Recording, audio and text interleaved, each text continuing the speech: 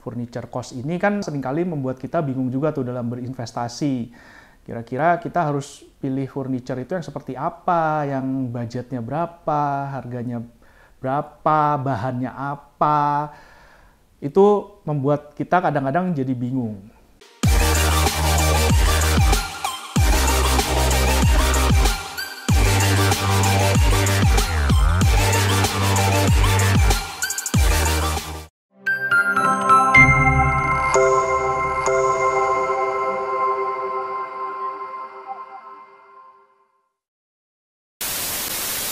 Halo teman-teman, kembali lagi ketemu dengan Andi di sini di channel King Kos, si Raja Kos, channel yang berusaha selalu memberikan inspirasi, tips, trik mengenai bisnis kos dan pengelolaannya.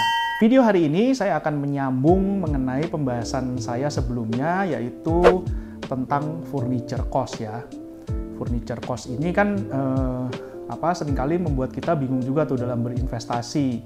Kira-kira kita harus pilih furniture itu yang seperti apa, yang budgetnya berapa, harganya berapa, bahannya apa.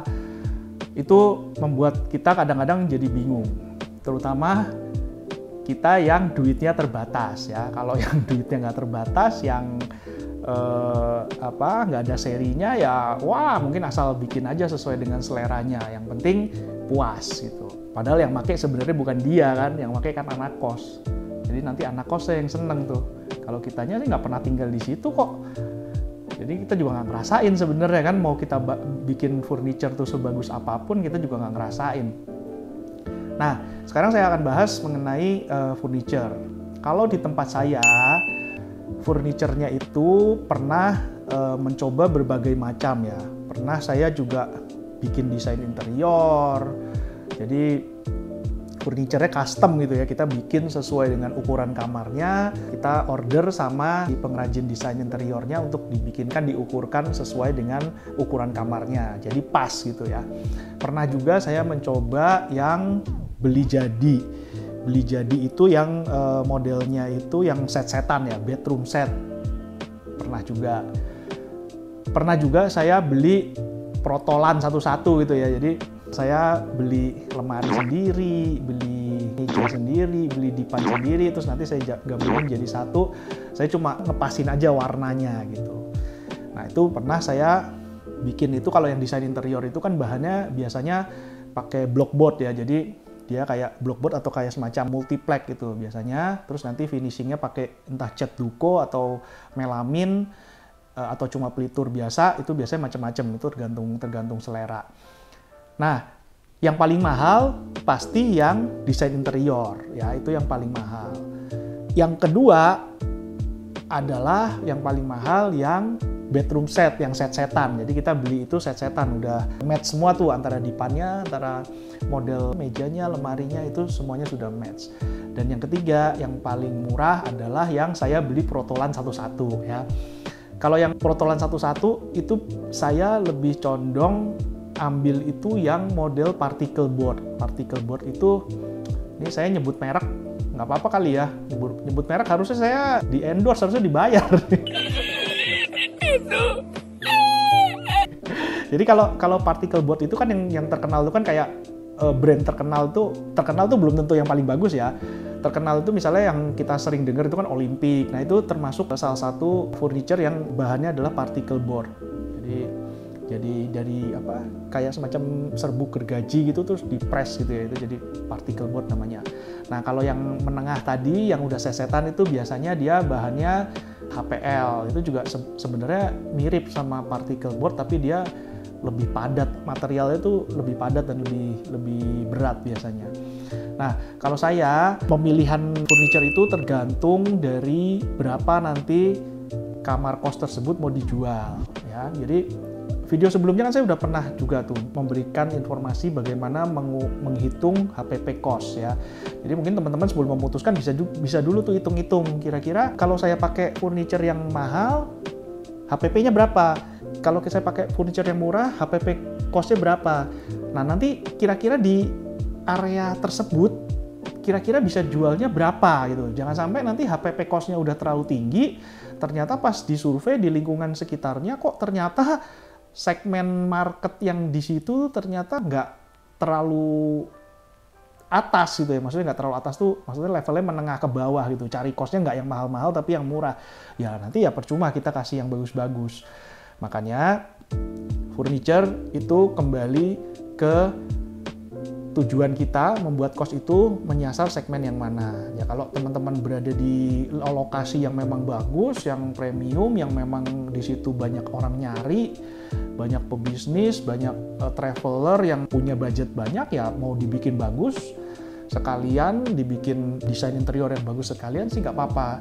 Tapi kalau buat yang berada di level sekitaran universitas, yang universitasnya bukan universitas elit, yang universitas biasa-biasa saja, ya kalau menurut saya, kalau segmen marketnya cuma mahasiswa kampus tersebut, ya menurut saya buat apa dikasih furniture yang mahal-mahal? Cukup yang tadi tuh, yang particle board tadi. Particle board itu sebenarnya juga ada macam-macam grade-nya ya. Ada yang murah, ada yang levelnya menengah, ada yang bagus juga sebenarnya juga ada. Tapi ya begitu, pasti berkaitan dengan harga juga ya.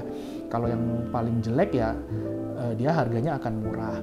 Nah kalau kos saya kebanyakan itu kan bermain di range harga 1 juta sampai 1,5 juta per bulannya ya satu kamar. Nah kalau range harga segitu, saya lebih condong untuk pakai yang bahannya particle board, tapi yang kualitasnya agak di atas. Jadi bukan particle board yang murah banget, tapi particle board yang agak menengah ke atas. Itu biasanya dia lebih awet dan tampilannya itu juga lebih bagus, lebih kokoh gitu ya. Nah itu particle board itu usia pakainya 3 tahun kalau dirawat oleh si anak kos ya. Nah ini kuncinya di sini nih, kalau dirawat oleh si anak kos, karena particle board itu nggak boleh kena air. Sekali kena air, sekali lembab, nggak dibersihkan dengan benar, itu maka akan cepat rusak. Jadi kalau saya ambil rata-rata 3 tahun particle board itu harus diganti, atau maksimal 5 tahun lah kalau memang anak kosnya rapi, dia dijaga bener-bener bersihan gitu ya, itu 5 tahun maksimal.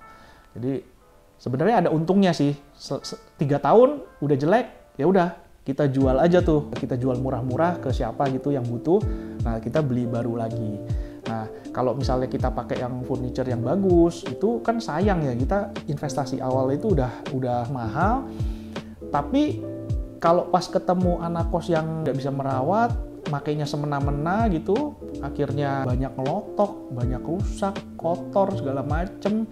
Nah itu akhirnya kita mau dibuang sayang, tapi mau dibenerin akhirnya biayanya juga malah juga lebih besar juga gitu. Nah akhirnya profitnya kan jadi tergerus. Nah makanya teman-teman sebelum memutuskan mau pakai furniture apa, tadi yang seperti saya bilang, survei dulu lingkungan sekitarnya, terus kita hitung HPP kita, dan kita mau jual kira-kira bisa harga berapa, barulah nanti bisa diputuskan mau pakai furniture yang apa. Intinya cuma satu, nggak usah terlalu idealis, nggak usah terlalu pingin maunya bagus itu seperti cita-citanya kita, seperti kemauannya kita. Karena apa? Karena yang pakai bukan kita, yang pakai itu orang lain, yang pakai itu anak kos yang belum tentu dia bisa merawat. Kadang-kadang kan kalau orang yang bukan barangnya sendiri itu kan nggak mau ngerawat kan ya, dia nggak mau merawat dengan baik, dan akhirnya nanti setelah setahun gitu tuh udah mulai deh, mau sebagus apapun desain interior furniture kita, kalau sudah lewat setahun itu pasti udah mulai banyak cacat-cacatnya, dan akhirnya cacat-cacatnya itu ya akhirnya ngerusak pemandangan juga kan akhirnya kan. Kalau mau diperbaiki setiap cacat diperbaiki, setiap cacat diperbaiki, akhirnya costnya gede. Nah kalau saya mendingan pakai yang model particle board tapi yang kualitasnya agak bagus, itu 5 tahun ganti, 5 tahun ganti. Jadi setiap 5 tahun sebenarnya kita meremajakan kos kita kelihatan baru lagi tuh, karena furniture-nya semuanya kelihatan baru lagi. Nah itu kalau pengalaman dari saya. Kalau teman-teman setuju nggak apa-apa, kalau nggak setuju juga nggak apa-apa. Silakan kita diskusi nanti di kolom komentar, dan jangan lupa subscribe juga channel ini, terus like, share video ini supaya bisa berguna juga buat orang banyak, dan sampai ketemu di video berikutnya. Terima kasih.